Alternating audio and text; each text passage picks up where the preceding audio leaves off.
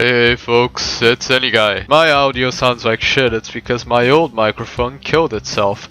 Now I have to record with a World War I tank. There's no radio in here.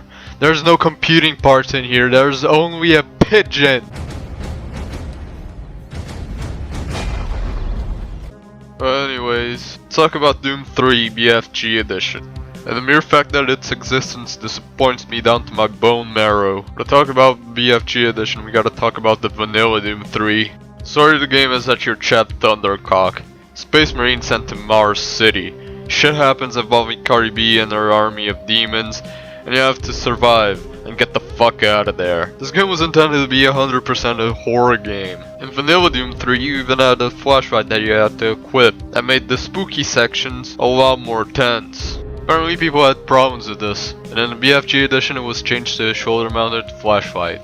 Whilst I can't understand where these people are coming from, this idea is as good as out of fellatio. In paper, it's pretty good, but in practice, it's pretty gay. Because you gotta understand that the sections that were supposed to be spooky now are laughable. And if you're quick enough, you can even see the enemy pop-ins, and it looks like shit.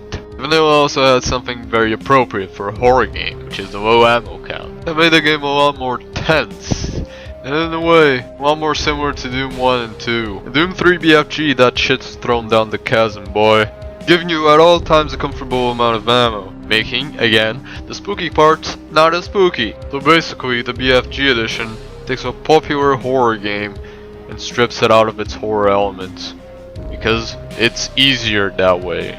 So what you're left with is an ineffective horror game with a questionable shotgun. Not bad, just weird. Which leads me to the weapons. They are not bad, but they are not Doom-like. I don't know, this game just does not feel like Doom. It's fun, but it's not Doom.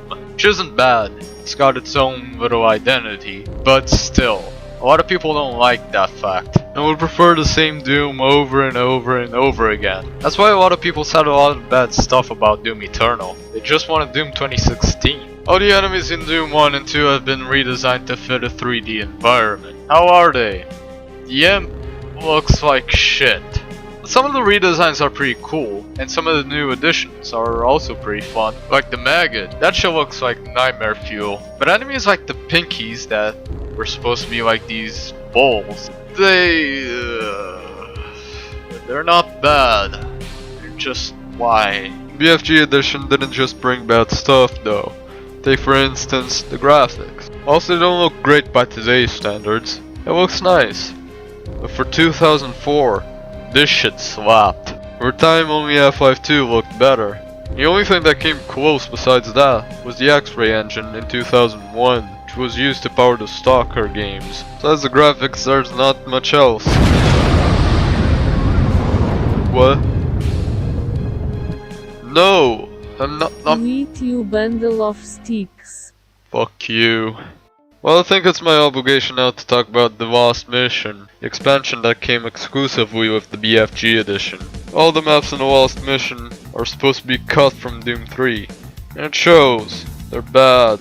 They look too much like Doom 3. If you thought the story in Doom 3 was laughable, in the Lost Mission, I don't even fucking remember it. They even had the audacity of putting the Lost Mission's final boss as one of the bosses in Doom 3, but without its gimmick. Even I, when I was a dumb kid, thought that this was dumb. The only real thing going for it is that it's Doom 3 and it's generally fun, and it's 2 hours long. And now for the first time in the Indieguy show, we have to give 3 final verdicts. Number 1 for Doom 3.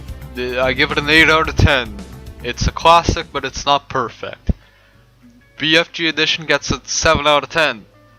It's still fun, but disappointing. And the Lost Mission gets a fucking 5 because it's shit. Bye.